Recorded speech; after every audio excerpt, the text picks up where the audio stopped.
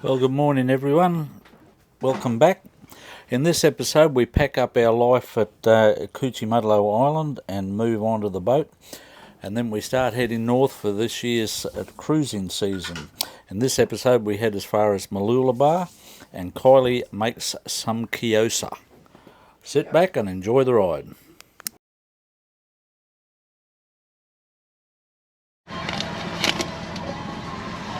Well, morning. Here we are on the barge, leaving Coochie on a cold and rainy day. Kylie. Hey. There's Cookie in the back there somewhere in a cage. Very unhappy about it. And we're heading over to Victoria Point. I've got 2% battery left, so this isn't going to last long. All right, we'll catch up with you when we're back to the boat at Raby Bay. Wound up well, didn't you? Well, finally we're off. Cruising Turtle Season 2. Obviously washing day today. We've just left Raby Bay Marina. It's a short trek today. We're just heading up to the sandhills on Morton Island just to settle ourselves in. We're full of water, full of fuel.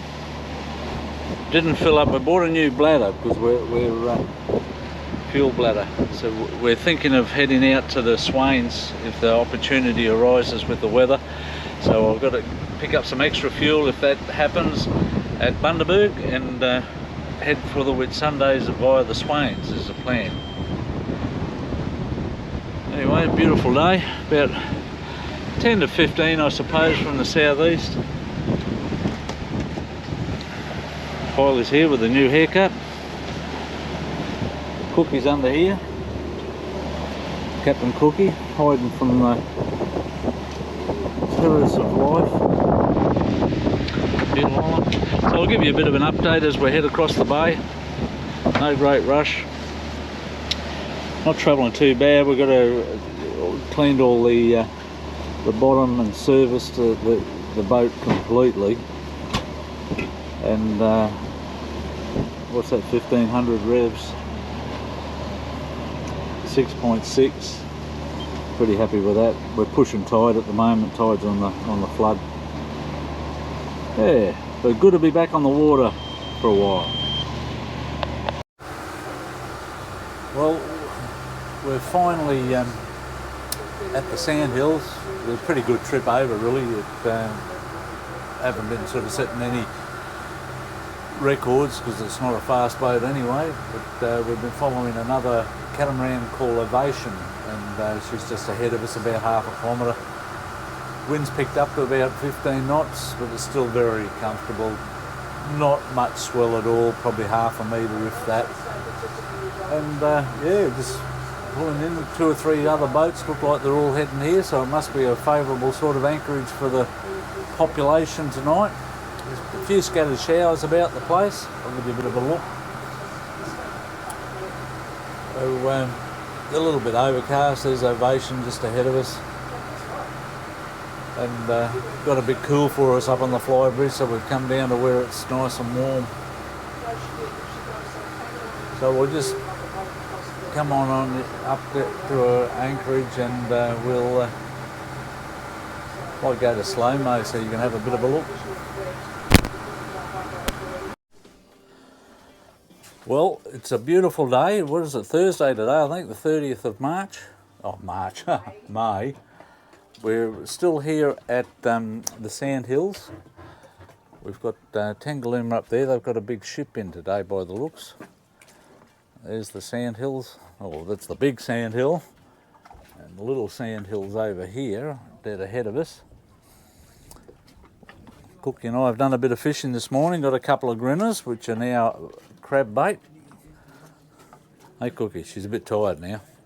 Anyway, we're sitting down doing a bit of planning. We've got a bit of a weather window happening when on Thursday, Friday, well pretty well over the whole weekend to tell you the truth. So we're going to take advantage of that weather window.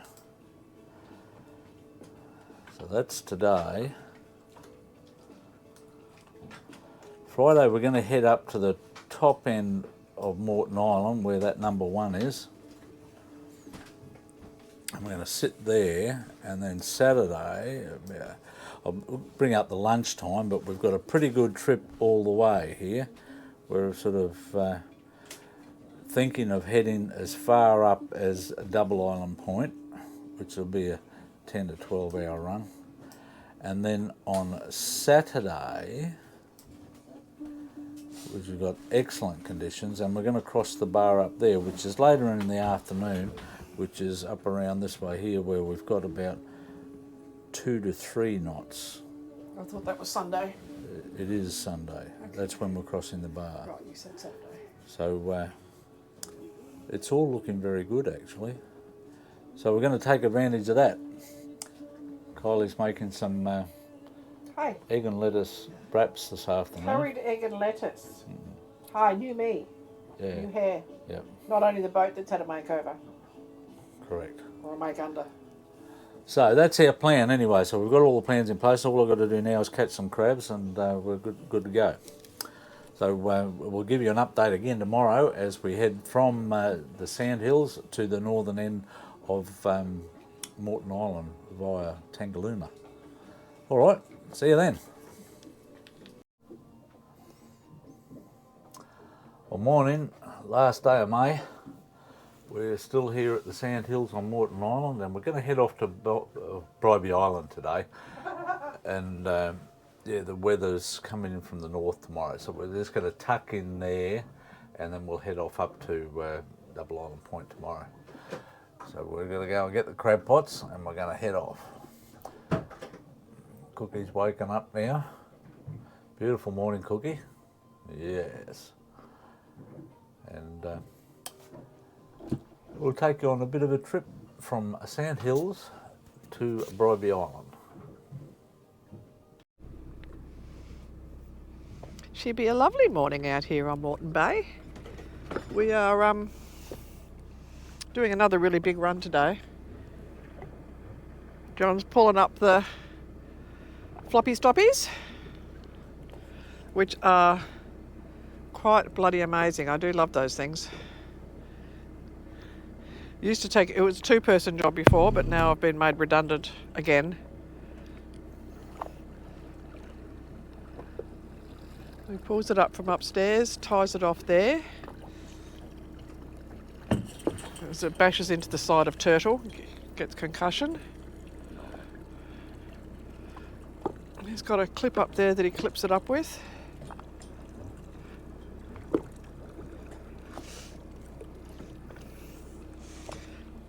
Now he'll probably come over the other side and I have to go over John's big bladder.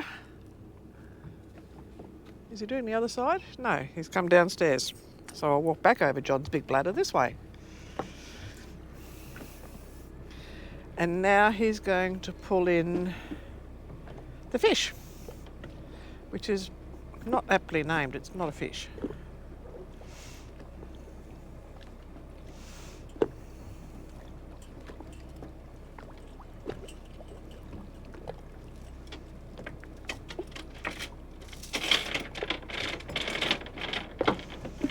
And those big stainless steel rods are really bloody slippery when they've been in the water for a few days. There you go, tie it off and it's done. But geez, they make a difference to our stability. That's our new big bladder. I keep referring to it as John's big bladder. I probably should stop. Sandhills. And heading to Bongaree. Oh, there's big fish over there. We had big yellowtail kingfish here last night. We didn't catch any, but we did see lots of them. Anyway, talk to you folks again later. Bye. Yep, one of the pots is chock-a-block, which is good catch. But all we need to do is find a recipe for starfish. 1, 2, 3, 4, 5, 6, 7, 9, 10, 11, 12, 13, 15, 16, 17 starfish. Oh, for God's sake. Well, get the recipe ready. Oh. Well, we've just left the sand hills, and beautiful day. 10 knots coming from the almost the west, I suppose. West, you reckon? Yeah, we're southwest apparently. And we're heading. Where are we heading? Yeah, northwest. West-northwest. About 10 knots, I suppose, a breeze. Hardly another boat around the place. There's one sailing boat back at the anchorage where we were, back there. But about a leisurely 3 to 4 hour run up to Raby Island. Kangaloom is over that way, there somewhere. Our whaling station. Should start to see some whales coming up this way, I would think. Maybe not today, but definitely tomorrow.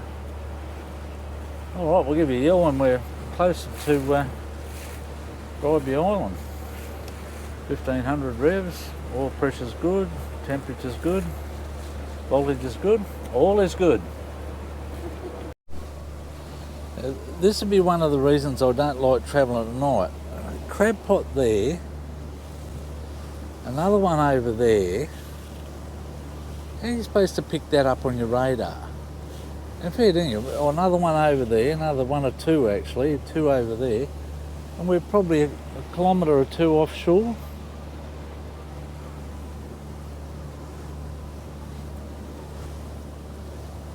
Yeah, I think I'll stick to travelling during the day. Well, we're just starting to get enveloped in a whole pile of fog. We're heading up towards Raby Island. We should have a beacon on our starboard side, but it's a little bit difficult to see it. I know the boat in front of us just did a fairly quick turn to port, so he found it obviously. But you've probably got about 100 metres of visibility at the moment. Bizarre. Sign of a nice day though, I suppose. If we can break through it. Kylie's downstairs making some yogurt while we've got another couple of hours run, an hour and a half. But this is weird. I was downstairs at the helm station in the salon for a little while, but now that we're starting to lose visibility, I thought I'd better come and keep an eye out. We just went through a whole, what would you call it, a series or a plantation of crab pots, which was a bit awkward for a little while. Had to take evasive action on one occasion. Mind you, I wasn't probably taking as much attention as I should have been. Yeah, so anyway, we've got that marker. It should just be up here somewhere. I'll zoom in a bit. We're 4 minutes away. I'll come back to you in a couple of minutes. Right, well, I've got the marker on the radar. That's that one there. And it's finally come into view just over here. So we've cleared that one. And we seem to have a magpie geese or something keeping watch on us just down here. He's probably lost in the fog too. Pretty bizarre. Not real thick though. Probably got a ceiling of 100 metres or something like that. Blue sky starting to poke out. Anyway, that's nice that we found the red marker. We'll keep going.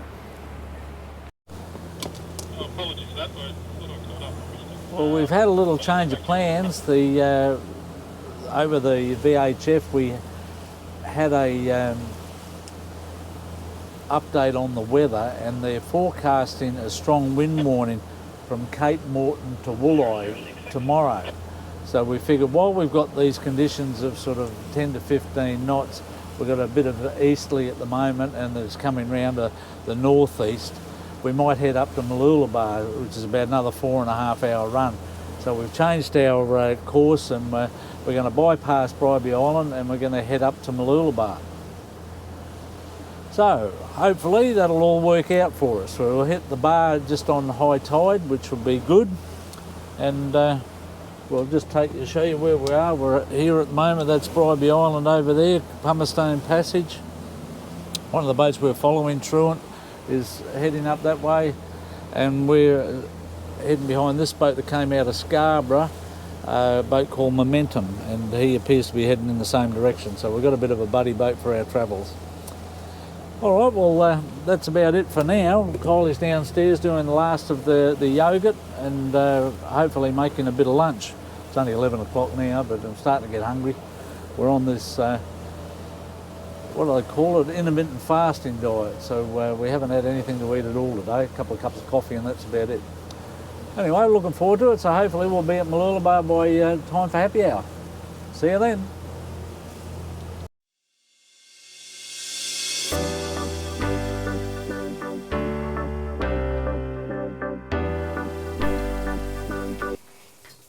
Good morning.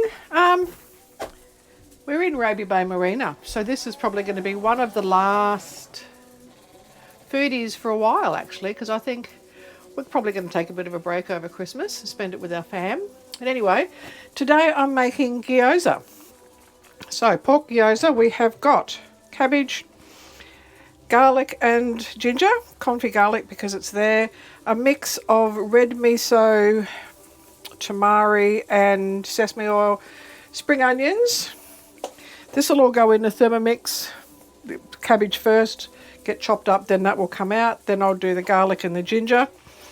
Then the pork will go in, which is outside defrosting at the moment. So the pork will go in with everything else and the onions, and then we'll mix it all up to a nice homogeneous mush, and we will wrap, with these. I couldn't get wound wontons, so we have square wontons. So strictly speaking, they won't be gyoza. They'll be more dumpling-like.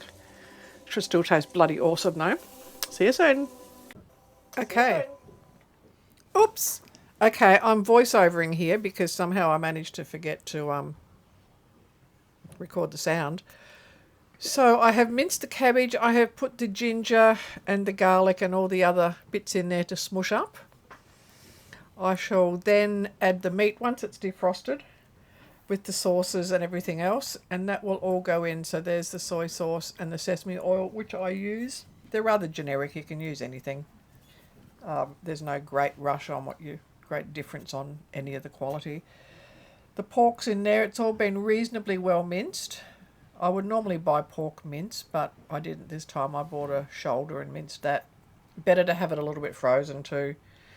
Adding the extras. Cabbage, spring onions. Don't forget the spring onions because I've done that and it just doesn't taste the same.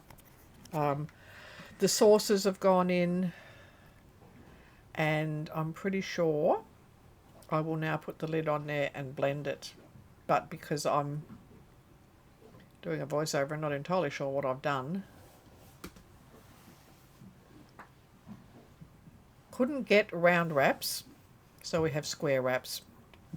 Not a great deal of difference, they're the same thing, they just come out looking different. I end up with something that looks more like an Italian tortellini than a Chinese dumpling, but they still taste good. And there were no complaints in the kitchen in the turtle galley. John certainly did not complain when he was served square-ish pot stickers. Getting to wrap. You can see this was last year because I've still got hair there and I'm talking to the camera without having the mic on. So they're all sorts of weird and wonderful shapes, but they still taste great. There's a bit of an act to getting them done. I did discover after about 3 hours I only wet one side, not both sides, because they don't stick if you wet both sides. I'm not very smart. A teaspoon or so of mix, although I think with those square ones I probably use closer to a tablespoon because I like them. I like a big gyoza. Pinch it all together, give it a bit of a twist, and twirl it around your finger and off you go. There's really there is a correct way of doing it if you want to do it the Chinese way, but you know, I'm not, so we have tortellini hats instead. I think I ended up with about 4 dozen of them. I just put them in the freezer on a tray like that, froze them, and then put them in packs of 10. They made a good meal in a pack of 10, or they went into noodle soups, or they were pot stickers, or they were an entree, or they were part of another meal. So a little bit fiddly, but definitely worth the fiddly time, because you know there's no additives in there, and that's a big thing. With me, I like to have reasonably clean food as much as I can, so which is why we make our own bread and yogurt and rolls and stuff like that. Having said that, there's nothing better than a good dose of KFC and chips every now and then, but I didn't say that. I'll let you watch the rest of this amazingly stunning video of me rolling without me talking.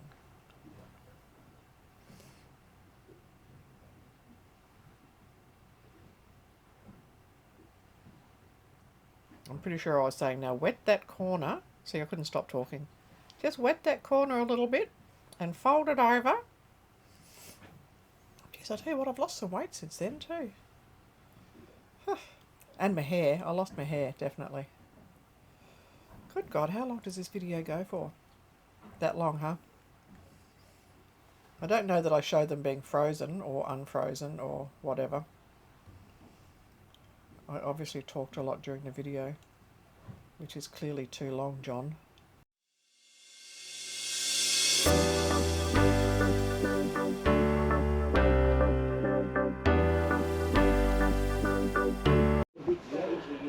Well, this is the final result of Kylie's slaving away in the galley, and I can assure you they were both very enjoyable. Well, we look forward to seeing you in our next episode, where we head further north of Mooloolaba up through the Sandy Straits. Until then, bye for now.